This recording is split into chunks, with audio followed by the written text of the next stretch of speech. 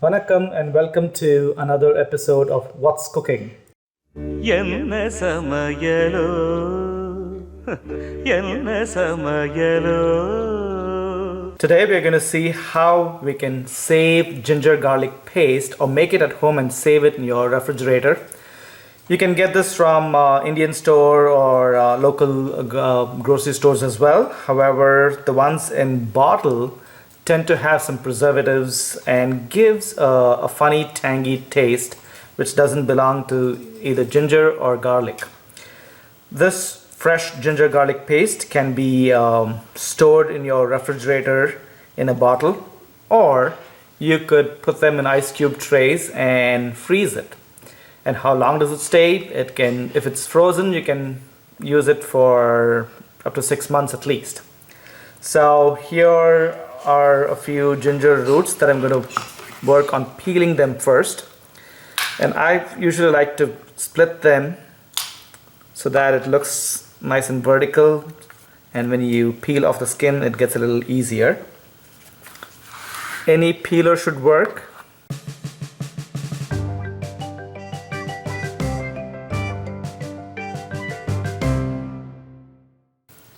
Let's first talk about ginger.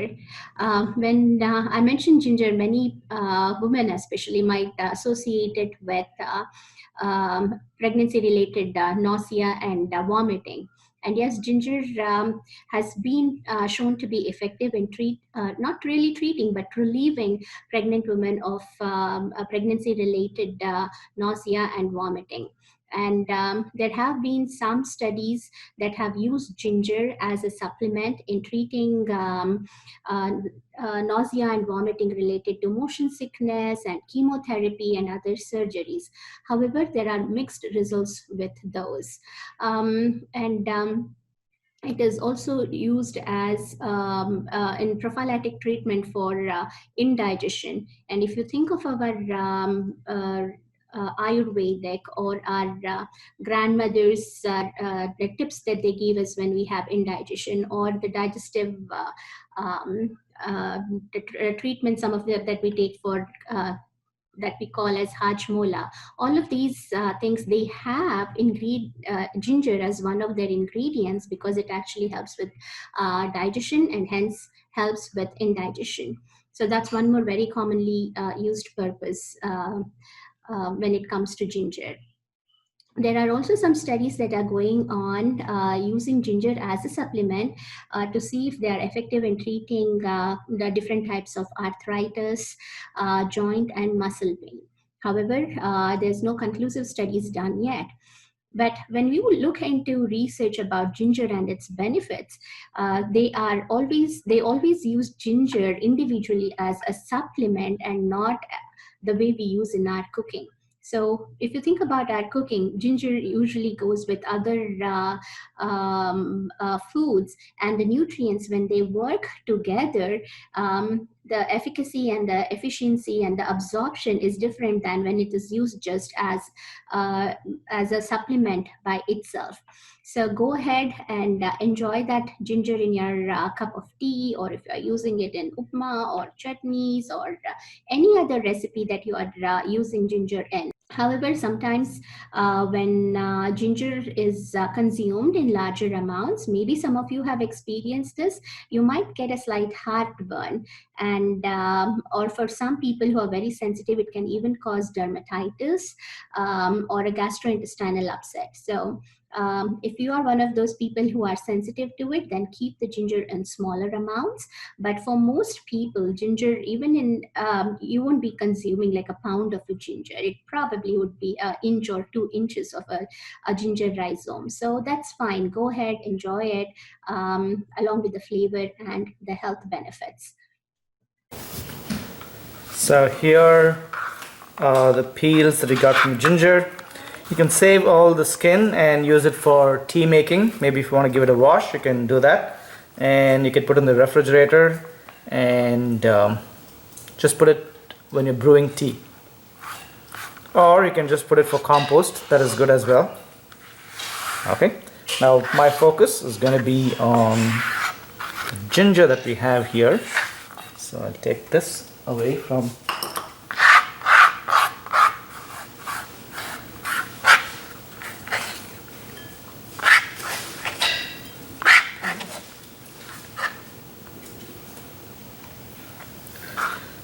Okay, first, before you grind ginger in your mixer blender, it's good to chop them because these roots are pretty hard and that can ruin your blades. I am going to use a blender mixer that is high power. You can use Ninja, Bullet, or any other blender that has a high wattage. Before I chop it, I'm going to weigh and see how much ginger I have because it's good to put an equal amount of garlic.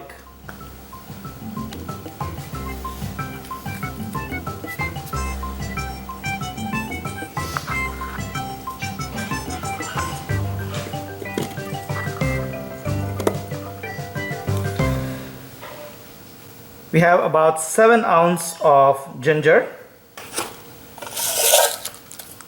And here comes garlic. Now garlic, again, you could buy the peeled ones from stores. Both Sam's, Costco, and other grocery stores have them. Peeled ones again could be stored with preservative, so I prefer buying these bulbs fresh and then I peel it at home. I know that peeling could be a pain because your fingers will stink and peeling each part of garlic is going to be difficult, but I follow this method. I put them in a solid container like this, close them with a lid. I usually put a lid that fits exactly, but for now I want you to see what I'm doing, so I'm putting a glass lid. Hold them tight and just shake as vigorously as you can.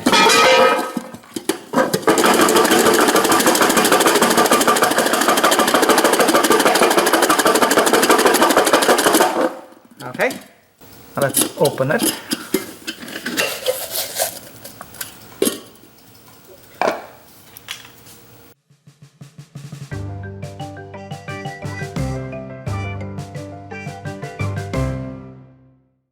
And now when we talk about garlic, it's abundant in a phytochemical called as allicin. And there is a lot of research with garlic that shows that it has heart protective benefits. The research is looking towards its role in lowering blood cholesterol and also preventing stomach cancer. However, that research is still inconclusive, and there's a lot more research that needs to be done to verify that uh, belief. And garlic may also be useful against bacterial, viral, and fungal infections. And again, even for this particular they need to do more research to confirm about the benefits of garlic in treating those different kinds of infections. But now with the COVID pandemic, there's many in the Ayurvedic field who say that garlic really helps fight that viral infection. So go ahead and add the extra bit of garlic in your rasam or any other preparation that you're making, and it sure is going to help you. However, with garlic, what you need to remember is that it reduces the blood clotting time and it should be used in moderation when using aspirin or other anticoagulation drugs. And again, this is specifically when you're using garlic as a supplement, but when it comes to food, because nobody is going to be eating like 5 or 6 garlic in a day. So it should be okay if you're consuming it in the food form, because we do use smaller amounts than when it is in supplements. So that is most importantly applicable to people who use it as a supplement. And if you're using those anticoagulation drugs or even aspirin, lower that dosage of the garlic as a supplement. So all these benefits are based on research where they used ginger and garlic as a supplement. So they had, um, so it's supplements. They're working on their own. But when we are using it in our cooking, you think about ginger and garlic, we usually mix it up with onions and then any other food that goes into it. So there is an interaction of all those nutrients together, and the way it is absorbed, the way it is what do you call, the chemical reactions that occur with the other nutrients, it's different, and our body's absorption also works differently. So go ahead, enjoy that ginger and garlic benefits. And if you have the ginger and garlic paste done and ready to go in the refrigerator, then even more better, because you are now combining both these ingredients that have that health benefits and the nutrients. So if you are somebody who has it handy, that's excellent, and enjoy those the health benefits. And believe in research or not, but I do sometimes follow my parents and grandparents advice when we have like a cough or a cold, when I don't want to go ahead and pop and medicines for those. So when there is a cough, a persistent cough, and when my mom was here, she would tell me, just roast a small piece of ginger on the stove top fire and put it in your mouth and suck on it for some time. And I never thought it would work, but it actually does. It does work. Put this and keep that in your mouth for some time and suck on the juices. And within a few minutes, it gives you a relief from a persistent cough. I actually do that with my kids now. And once when my mother-in-law was here, I had a ear pain, and I was like, oh, my ear is hurting. And she immediately took a small piece of garlic clove, cut it, put it in a cotton ball, and then I kept it in my ear. Again, I was like, oh, this is just an old wives' tale. It's not going to work. But guess what? It did. So if your parents or grandparents or uncles or aunts have told you about some wonders of ginger and garlic, try it out. They are powerhouses of nutrients, and they come with many health benefits. So go ahead, enjoy the ginger and garlic. And with the COVID pandemic, there I know many people are actually using more ginger and garlic in their cooking, or making a kashaya kind, wherein you boil these spices in water and consume it the first thing in the morning. Again, remember I said it has some antiviral properties as well. So it might help you fight the COVID or prevent you from getting the COVID. This is probably a timely segment to talk about ginger and garlic with the pandemic going on. So that's it from me for today. Bye. Okay, so there's the garlic that I peeled. Let's see how much it weighs.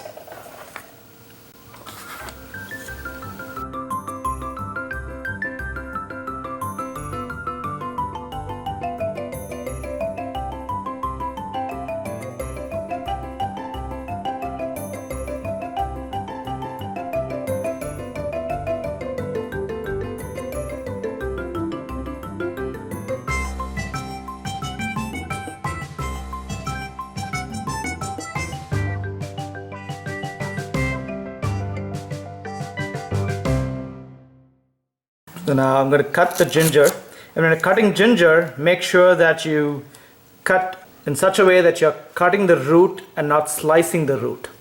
So when you look at it, you can tell that the root is going in this direction. So don't slice it along with it. Cut it in a perpendicular direction so that it doesn't break your blender's blades, or it goes easy on your blender. If you slice it, it'll be easy. That will tell you that you're doing it the wrong way. So make sure that you cut the root.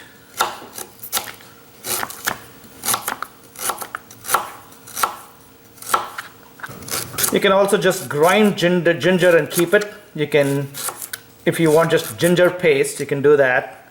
Ginger garlic paste is the usual marinade that goes for most of the meat, and you can also use it for other curries.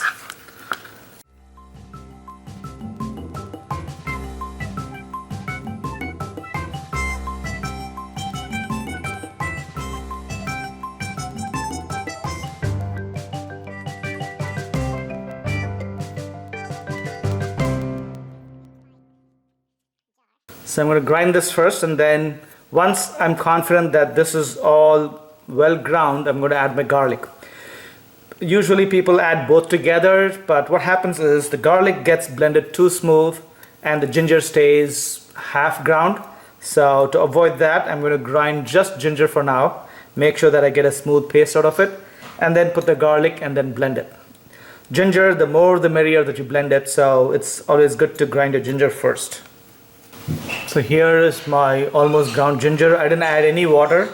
It's all the juice that's coming out of the ginger. And you will need to add salt, oil, a little bit of oil, not much, just, all this just to keep the preservative action going on.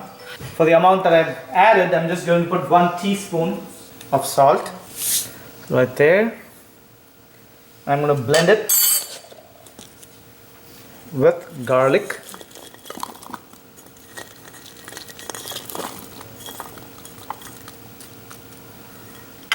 All right, now let's close it. I'll be back. So here. So there is my ginger garlic paste. I'm going to run it for another couple of minutes, but I'm going to add oil now. You can add any oil. I am going to add about a teaspoon of oil in my blender.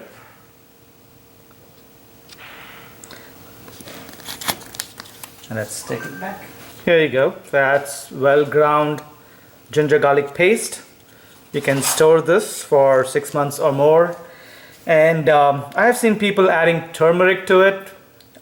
Turmeric is a good antiseptic and anti-carcinogenic as well. However, I've done that a couple of times. It has given a good yellow color to my ginger garlic paste, but for some reason the taste was not as good as fresh ginger garlic.